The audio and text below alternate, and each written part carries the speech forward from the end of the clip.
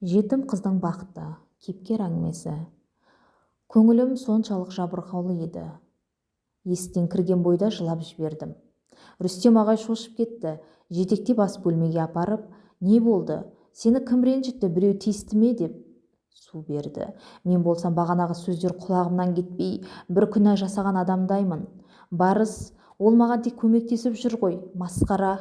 Онда бір сезім пайда болған шығар. Маманың алдында ұят болды ғой, дедім іштей айтып егілем.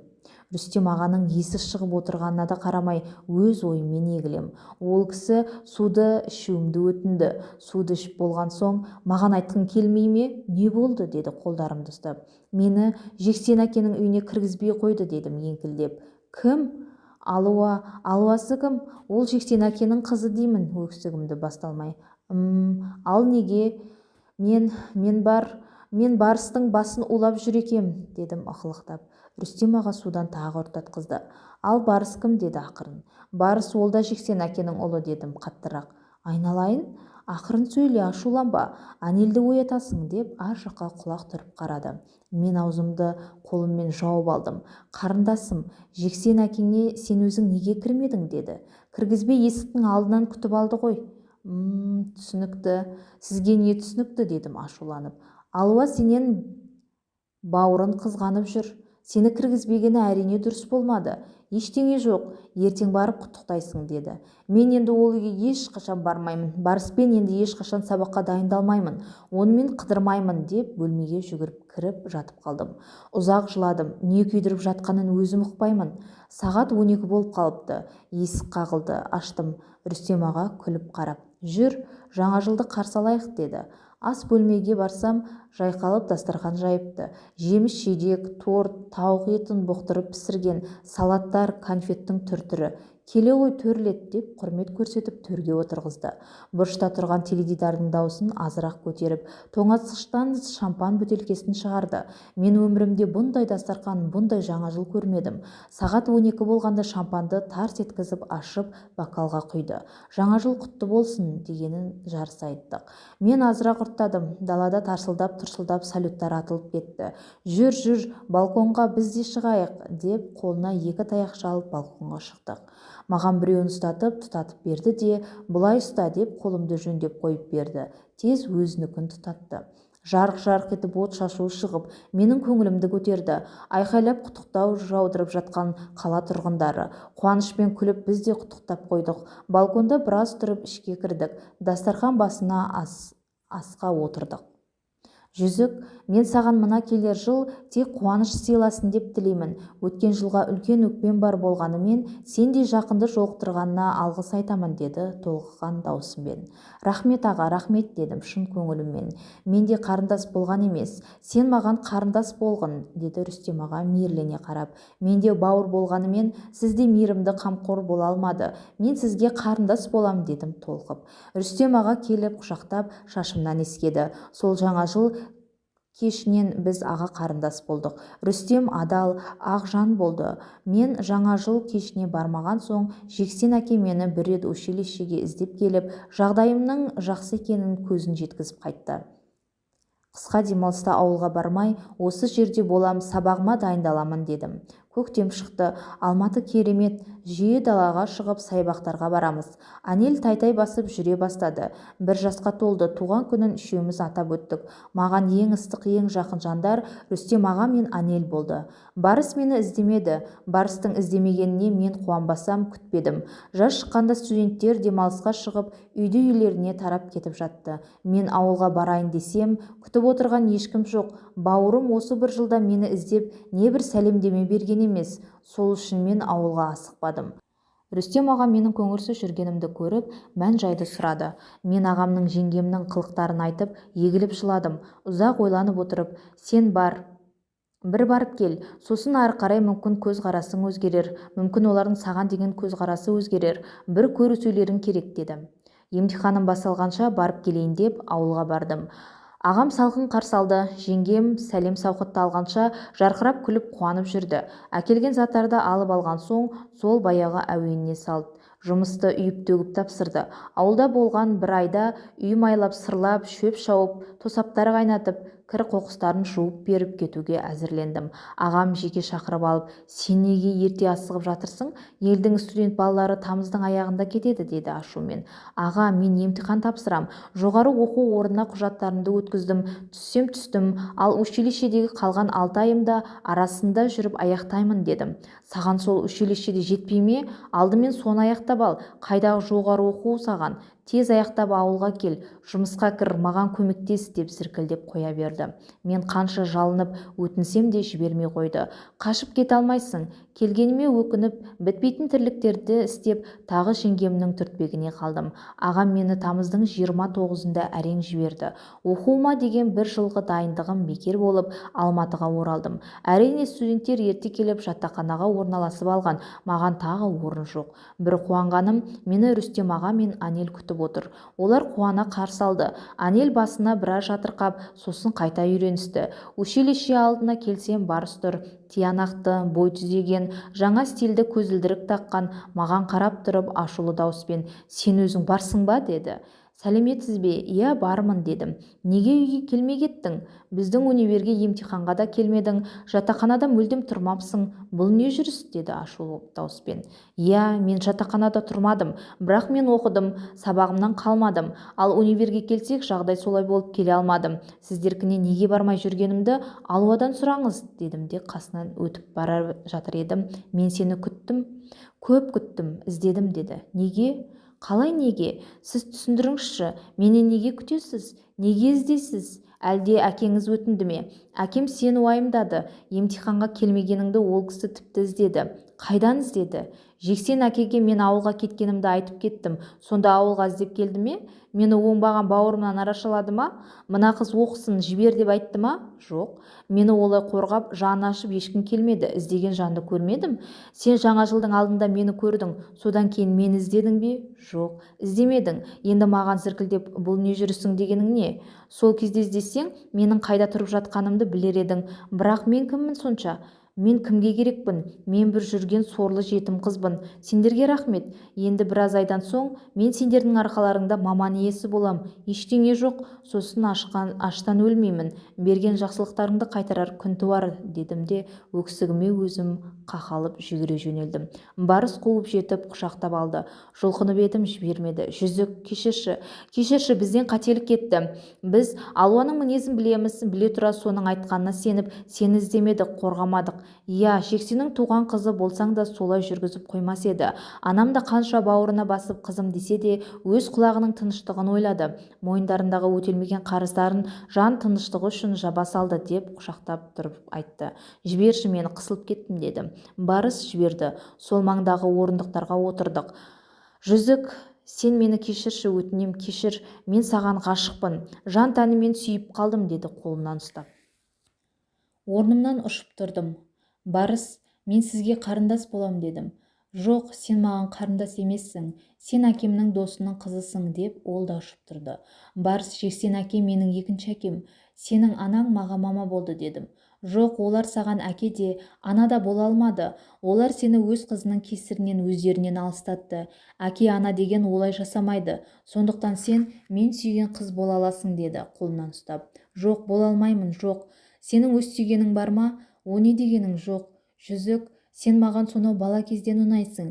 Мен сені сонау бала кезден жақсы көремін, деді. Мен қолымды тартып алдым да, Барыс, есіңді жи, мен саған қарындаспын, деп кетіп қалдым. Ол тұрған жерінде қалды. Пәтерге келіп Анельге алдансам да, Барыстың көзқарасы, сөзі құлағымнан кетпей қойды. Түнімен де ойымда тұрды. Бұл не? Неге мен Барыстың сөзін есіме алсам қобалжимын? Неге Барысты ойласам жылағым келеді? Неге Барысты қатты ренжимін, өкпелеймін, деп таң атырдым. Рүстем аға жалданып жұмыс жасайтын болыпты. Кішкентай Анелді көрші апайға қалдырып жүрген екен. Мен келген соң Анелді өзім қарайтын болдым. Арбасына салып алып, училищеге де апарып, сабағыма қатысып жүрдім. Бірде Анелді сүйретіп келе жатсам, алдымнан Барыс шықты. Күліп амандасып, Анелге қарады. Бұл періште кім, деді күліп. Періште Анел болады, дедім. Барыс Анелді кішкентай қолынан ұстап, сүйсініп қарады да маған қарап, сен осы қыздың үйінде тұрады екенсің ғой, деді. Иә, мен Анелдің отбасымен таныстыршы. Сені не себепті таныстыруым керек? Жүзік, сен өзің маған қарындас болдың, енді ағаңды таныстыруға міндеттісің. деді қасын көтеріп. Солай ма? Жақсы, олай болса жүр деп пәтерге ертіп келдім. Кейде Рүстем ағай жұмыс жасаған жерде қонып қалатын. Бүгін солай болды. Ол кісі сағат 10-ға дейін келмеді. Анельдің ата-анасы келмей ме деді. Мен Анельді ұйықтатып шыққан соң. Барыс, Анельдің тек әкесі бар. Ол кісі жұмыста, қалаған уақытында келеді дедім. Анасы қайда? Қайтыс болған. Сен сонда мына жерде жалғыз басты еркекпен тұрасың ба? Деді дауыс қаттырақ шығарып. Ақырын айқайлама, Анельді оятасың дедім сыбырлап. Барыс көзі бақырайып, алақанын жоғары төмен сілтіп, шошыған кейіп көрсетіп тұр. Иә, осы бөлмеде тұрам. Міне, есігімді жауып алам, ал енді сен үйіңе бар дедім. Барыс тез бұрылып, жұлқынып шығып кетті. Барыстың дәл солай кеткені менің жүрегімді ауыртты. Арада апта өтті, Барыс жоқ. Рүстем аға жұмысын аяқтап үйге келді. Күзден бері аға менен ақша алмайтын болған. Сен маған қарындас болдың. Негізі жаңа жылдан бері алмауым керек еді. Амалсыздан алдым. Енді алмаймын. Сен маған көп көмек беріп жүрсің деген. Өзі жұмыс істеп, бүкіл шығынды төлеп, азық-түлікпен қамтамасыз етіп отырды. 2 апта өтті. Барыс жоқ. Менің көңілім түсіп, жылағым келетін болды. 1 ай болды. Ол жоқ. Неге тосып жүргенімді өзім ұқпаймын. Оқуым аяқталуға 1 ай қалды. Диплом қорғау жұмыстары жүріп жатқан. Жексен әке училищеге келіпті. Қал жағдай сұрасып, біраз әңгімелестік. Өзінің ауылға барып келгенін айтты. Көңіл күйі жоқ. Қалтасынан бір парақ шығарып, мынаны бауырың беріп жіберді деді. Хат екен. Жексен әкейдің көзіме тура қарамай отырғаны жүрегіме батты. Қоштасып тез кетіп қалды. Хат қысқа ғана жазылыпты. Жүзік, сенің Алматыда не тындырып жүргеніңнен хабардар болдым. Сол масқара жасағаныңда жетер. Оқуыңды аяқтай салысымен ауылға жет. Келмейді екенсің, мен өзім барып алып келемін депті. Мен қорыққаннан қол-аяғым дірілдеп кетті. Пәтерге сүйретіліп әрең жеттім. Сонда Жексен әкей мені орынсыз жамандап барған ба? Мен оларға не жаздым? Мен керісінше олардың отбасында айқай-шу шықпасын деп аулақ жүрдім емес пе? Менде бұлардың не әкелерінің құны бар деп таусылып жылап, төсегімнен тұрмай жатырмын. Арманым орындалмады. Енді маман иесі болып осы жұмысты игеріп қалада қалғым келіп еді. Оны да тасталқан етпек. Бұл не өмір? Қалай өмір сүрем деп таусылдым. Анель кішкентай саусақтарымен есікті тықылдатып тұр. Амал жоқ, орнымнан тұрып есікті аштым. Екіден жаңа асқан Анель тіпті тәтті, қап-қара үлкен көздерімен маған күлімдеп қарап, қолындағы бір тал конфетін ұсынды. Мен Анельді бас салып құшақтап көтеріп алдым. Ол да нәзік білегімен мойнымды құшақтап, бетінен сүйіп, көз жасымды сүртіп, бетіме тақап жібермейді.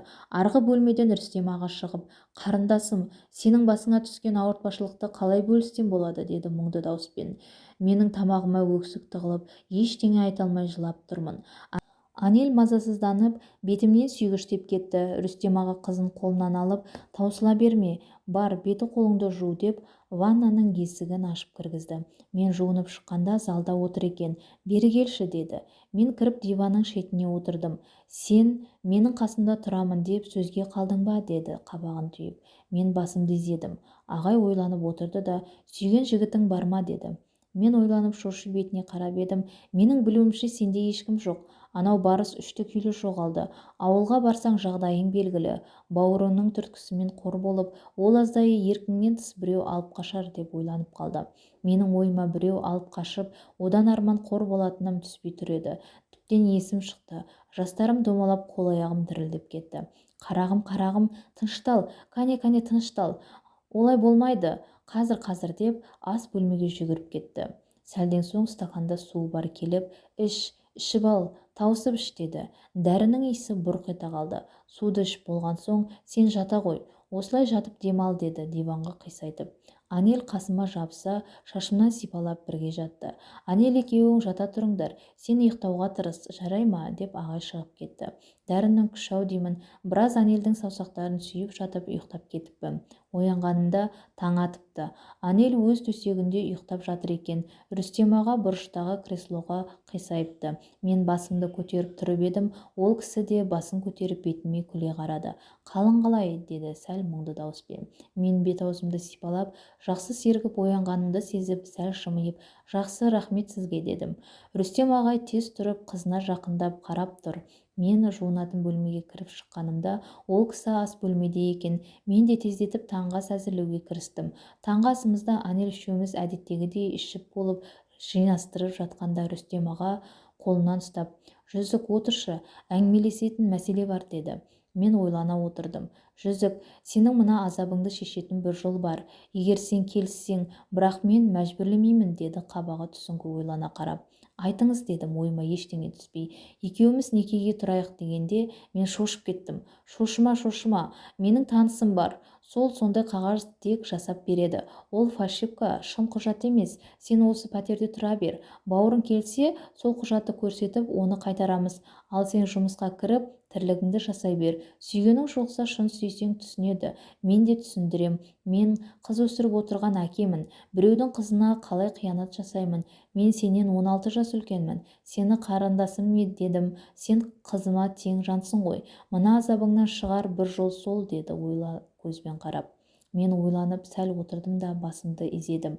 Сен бірден келіспе, ойлан.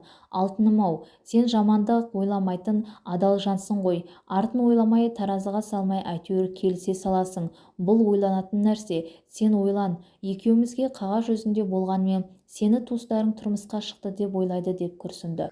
Тұрмысқа шықты деп айтқандары жақсы ғой, еркекпен тұрады екен деген сөзге қарағанда, дедім кемсеңдеп. Болады, болды, жылама. Сонда да ойлан. Егер де сен бауырыңа төтеп бере алам, ауылға бармай Алматыда қала алам десең, сөз жоқ. Ол құжаттың керегі жоқ. Ал олай жасай алмасаң, мен араша түскенім орынсыз болады. Ол өз туған қарындасын алып кете алады, деді. Аға, мен сізге тіпті заңды түрде некеге отыруға дайынмын. Анельге ана болғым келеді, дедім даусымды шығарып. Рүстем ағаның көзі бақырайып орындыққа отырып қалды. Екеуміз де ұзақ үнсіз қалдық. Мен ұяттан өртеніп тұрсам да, осы шешімді дұрыс деп ұқтым. Анельге бауыр басқаным соншалық, одан ажырап алыстап кеткен тіпті елестете алмай, Анельді көтеріп қонақ бөлмесіне бардым. Мен ауылға барып, ит өмірімді сүруін сүрем ғой. Ал Анель ше, бұл титай қыздың өмірі қалай болады деген ой келгенде кеудем қағайырлардай болды. Тез ас бөлмеге қайта бардым. Әлі орнынан қозғалмай отырған Рүстем ағаға жақындап келіп: «Сіз шыныңызды айтыңызшы. Көз салып, көңіл қосып жүрген біреуіңіз бар ма?» дедім зілді дауыспен, Анельді бауырыма қысып түсіп. Рүстем аға орнынан ұшып тұрып: «Жоқ», деп басын шайқап көздерін бақырайтты. «Бар болса мен кедергі болмаймын», дедім. «Жүзік, мен біреумен бас қосайын деген ой өңім тұрмақ түсімде жоқ еді. Саған сөз салып отырған жоқпын. Салайын деген ойымда да болмады. Тек құжат жазғызып алып бауырыңа көрсетсек, ол жаңа қалдырама деген оймен айттым. Мен дұрыс шешім таппаппын. Осымен тоқтай қояйық, бұл әңгімені қайта қозғамайық», деп қолымнан Анельді алып бөлмелеріне кетіп барады. Аға, сіз дұрыс шешім таптыңыз. Өте дұрыс шешім», дедім артынан ілесіп. Рүстем аға қызын киіндіріп отыр. «Аға, мені естімейсіз?» дедім жақындап.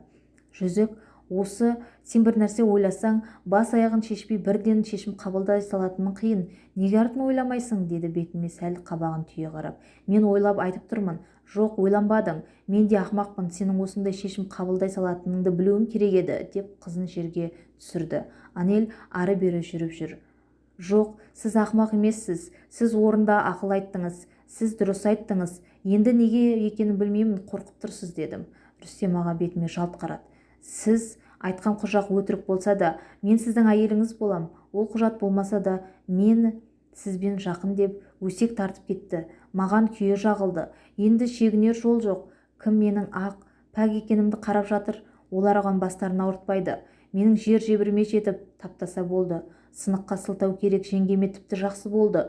Жүрген болар, өтірік шынды араластырып мен өсектеп. Ауылға барғандағы менің күнім қандай боларын мен жақсы біліп отырмын. Оған көнуге де дайынмын. Бірақ мен Анельден алыстағанша өлгенім артық. Мені Анельден ажыратпаңыз», дедім ағамнан жарылып. Рүстем аға қабағын түйіп қарап тұр. «Бұл менің шын жүрегімнен айтқан сөзім. Мен болашағымды Анельсіз елестете де алмаймын. Ол да менсіз қалай болады», дедім. Рүстем аға жанарын тайдырып қызына қарап отыра қалды. «Сен не деп кеттің?» деді бет-аузын уқалап. «Ағатай, мені Анельден алыстатпаңызшы. Егер де сіздің көз салған келіншегіңіз бар болса, мен қарындас болып қала берейін. Ал жоқ болса, жарыңыз болуға дайынмын», дедім. Рүстем аға үндемей орнынан тұрып, қызын ертіп сыртқа шығып кетті. Кеше бауырынан алған хаттың жөні басқа болып, маған Анелден айырылу үрей болып, бойымды билеп алды. Кешке бойы тек өзімді аяп жылап жатсам, енді Анел үшін күресу керек екенін ұқтым.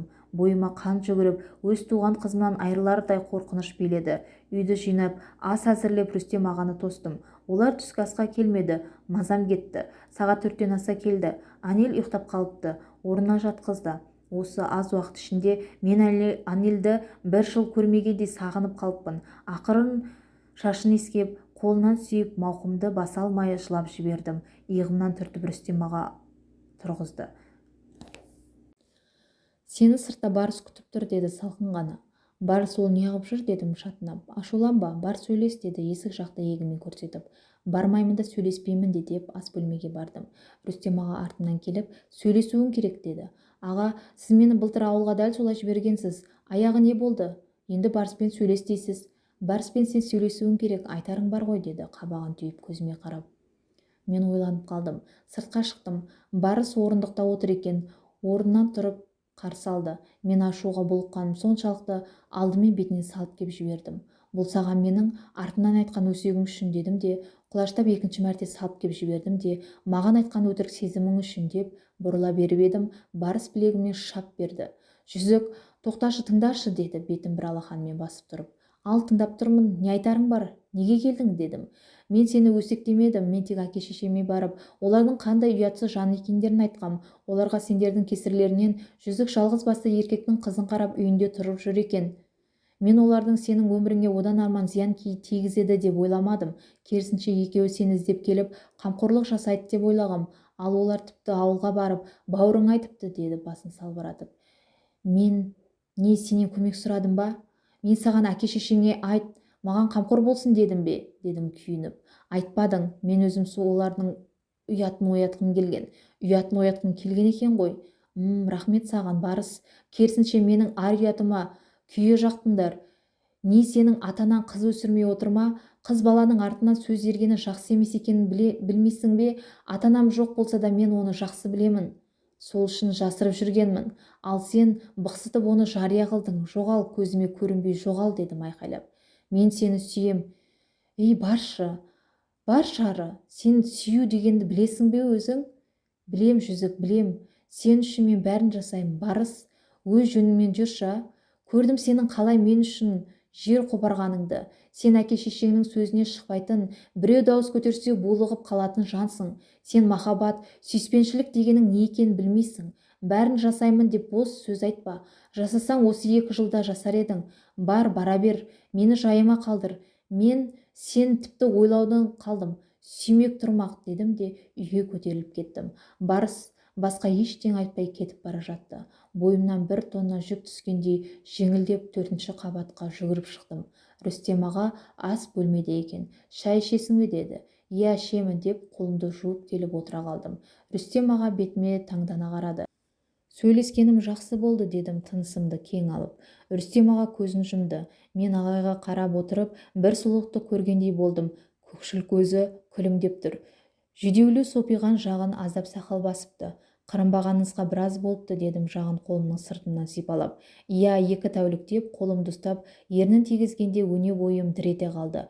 Қарап отырған жанарымды алып қаштым. Рүстем аға иегімнен ұстап көздеріме қарап, жаңа өмірге дайынсың ба, деді. Мен сәл қорыққандай болдым. Бойымды үрей билеп кетті. Шайыңды іше ғой, деп иегімді жіберіп, кесемді жылжытты. Мен де Рүстем ағаның алдында алғаш рет ұялу пайда болды. Жүрегім алып ұшып, мазам кетті. Бір жағынан қорқынышты болғанмен, бір жағынан бұл үрей қызықтырады. Буындарым босап, басым айналатындай. Сол күннен бастап осы сезім бойымнан кетпейтін болды. Бұрындары Анел шырылдап жыласа, немен ұйықтап жатырсам, сол күйінде зытып шығып қызбен алысып кететінмін. Рүстем ағаны еркек-ау, қарап тұрау демейтінмін. Ол кісі де қызының жылағанына шошып, маған мән бермейтін еді. Енді олай істемеймін. Ұялам. Ол кісі де теріс қарайтынды шығарды. Бұлайша таза кенетін Рүстем аға күннен күнге жасырып бара жатқандай көрінді. Анелді бір-бірімізден алғанда қолымыз тиіп кетсе кешірім сұрайтын болдық. Сәл көрмесек сағынатынды шығардық. Мен дипломды қорғап сыртқа шықсам, Рүстем аға құшақ гүлмен күтіп тұр. Қатты қуандым. Гүлін ұсынып бетінен сүйді. Анель үшеуміз шағын кафеге барып астандық. Сол жерде Рүстем аға сақина шығарып, маған тұрмысқа шығасың ба, Анельге ана боласың ба деді. Мен тек басымды изедім. Алғаш рет Рүстем ерімнен сүйді. Алғашқы менің мәңгілік деген ерін, ыстық сүйіс. Міне менің тағдырым, Рүстем екеумізде тағы бір ұл, бір қыз бар. Мен біраз жыл балабақша тәрбиешісі болып жұмыс істеп жүріп, мединститутты бітіріп, білдей дәрігермін. Арманым орындалды. Оның барлығы Рүстемнің арқасы. Ол мені сүйіп қана қоймай бағалай білді. Рүстем жоғары білімді мықты маман. Қазір біздің ең сүйікті әкеміз. Мен өз бауырыммен сол күннен 15 жыл араласпай кеткен едім. Кен жеңгем қатты науқастанып, көмегімді беруіме тура келді. Оны да Рүстем бой бермей жасатқызды. Осы уақытта мен бауырымның балаларымен араласам. Ал Барысқа келсек, ол неше мәрте үйленіп, неше мәрте ажырасты. Алуа сол бойы тұрмысқа шықпады. Менің бауырым болса, өмірінің ақырына дейін мінезі өзгермеген күйе кетті.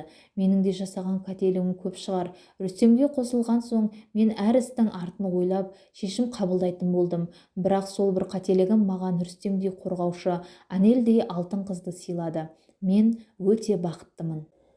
Біреуге біреу себепші деген осы шығар. Жетім қыздың сол бір панасыз қалып, ойланбай шешім қабылдап, Рүстемнің үйінде қалуы Алланың қарасуы ма деймін. Бар жетіп-жетіліп болып толып тұрған Жексен әкейдің жүзіктің әкесінің жақсылығын қайтарам деп жүріп, жүзікті өздерінен қуғандай болды. Қызы Алуаның мінезін біле тұра қой демеді. Жүзіктен шошыды. Баласына жолатпауы үлкен қателік болды. Жүзіктей қызға шын жаны ашыса, Барысқа қосылуына рұқсат берсе, ұлы бақытты болар ма еді? Жоқ, Жексендерге жүзіктей жетім қыз керек емес еді. Олар қалалық асық-тасып, таныстары жетіп артылып отырған интеллигент сымақтар. Ал адамнан жақсылық күту тұрмақ, жылы сөз есту бір ғанибет болып кеткен мына заманда Рүстемдей жанның жолығуы бір ғажап ертегі дер едім. Олар кездесті, олар бастарын қосты. Екі бейбақ өз бақыттарын тапты. Жақсылықтың қайыры бар деген осы шығар. Жүзіктей адал, пысық, ақжарқын қызға ес тоқтатқан ақылды, оң солын білетін, мейлі қазақ болмаса да адами қасиеті жоғары жан кездескеніне мен қуанамын. Әрдайым алдымыздан жаны жайсаң жандар кездессе ғой. Авторы Жеңіскүл Тұрсынбаева. Оқыған Ақтамақ Халбайқызы. Достар, менің каналыма тіркеліп және қоңыраушаны басып қойыңыздар. Өзіңізге ұнайтын кітаптың алдыңыз келсе, комментарийға жаза кетіңіз.